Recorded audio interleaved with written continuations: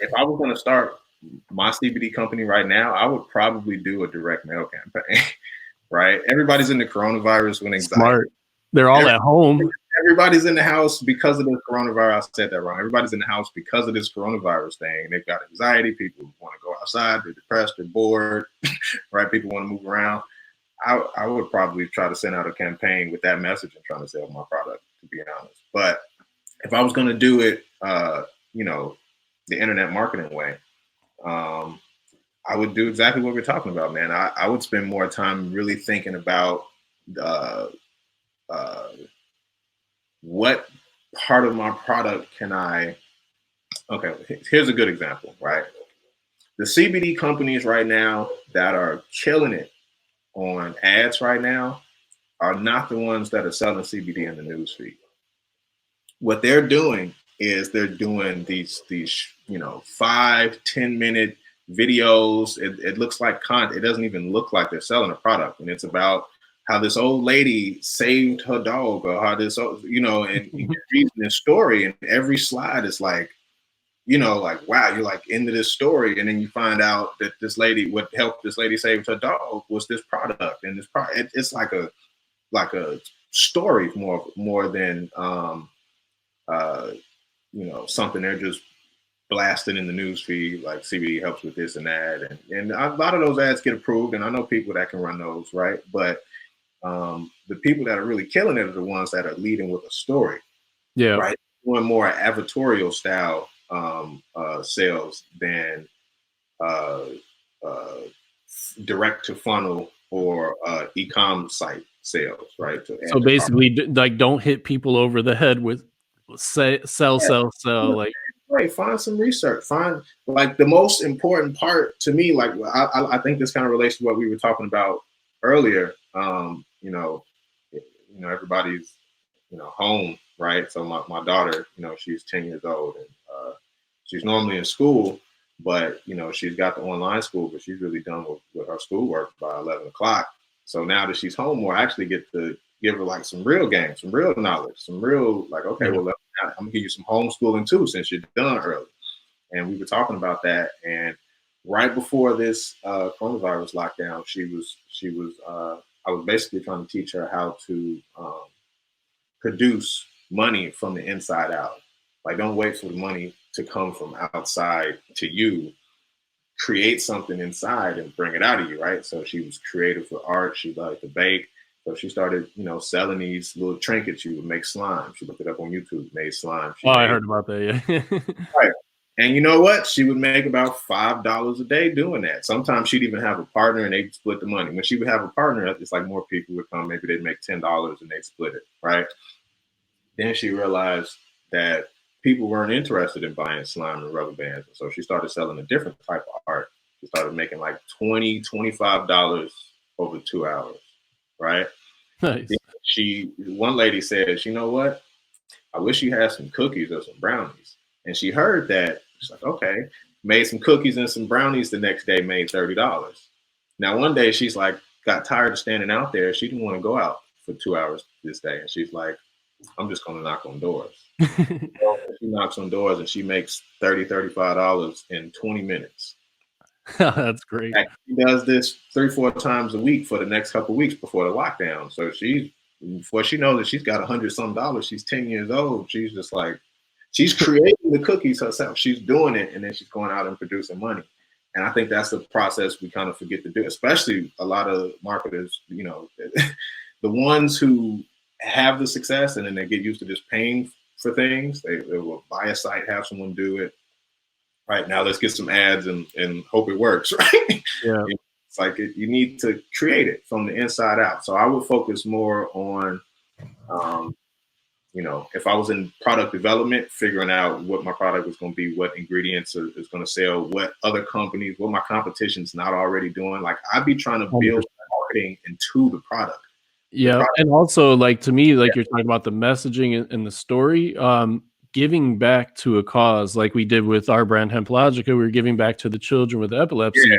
There's a story, there's an ongoing story that you can tell of your campaign of giving back. And so whether it's kids with epilepsy or cleaning up the ocean or whatever it might be, you know, and just finding that cause that comes from your heart, like you're saying, because then when you're telling that story, people are going to feel that passion, like of Yeah. caring, and that's how you market, I think, in a You general know, way. it's so interesting you said that with Hemp Logica, right? When I went and looked back at that, a lot of your sales that came from that Facebook page came after we put that messenger campaign in there. That was you and B's story, Yeah. right? Because we had the views, we were getting some sales, and then we put that story in there, that indoctrination campaign, that follow-up campaign, and told them your story. And the next thing you know, people really resonated with you guys. They started buying, they started coming to the site.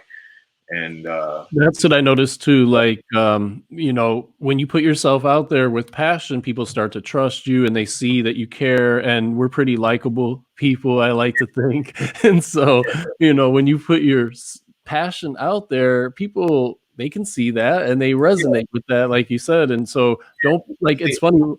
One of my clients, he jumps out of airplanes. He even has a world record for doing front flips out of an airplane or something like that. I forgot exactly what it is, but he has some Guinness World Record. He told me he's more afraid to go live on Facebook than he is to jump out of an airplane. It's the people that would literally be the best personalities that are always the ones that never want to do it, right? I had a lot of clients that was like, if you don't understand, if you would just sell this yourself, like I wouldn't have, you would make my job so easy, right? And that's what helped with your campaign. We didn't even have, everything I'm telling you. We didn't have a huge sales letter. Or we didn't have any of that. We just had this audience with all these eyeballs. We had a back end follow up process, and we had Matt and B on the front end and the introducing themselves, and it just clicked. It just worked. Yep. And, I don't even remember what my train of thought was right there. Oh, no worries.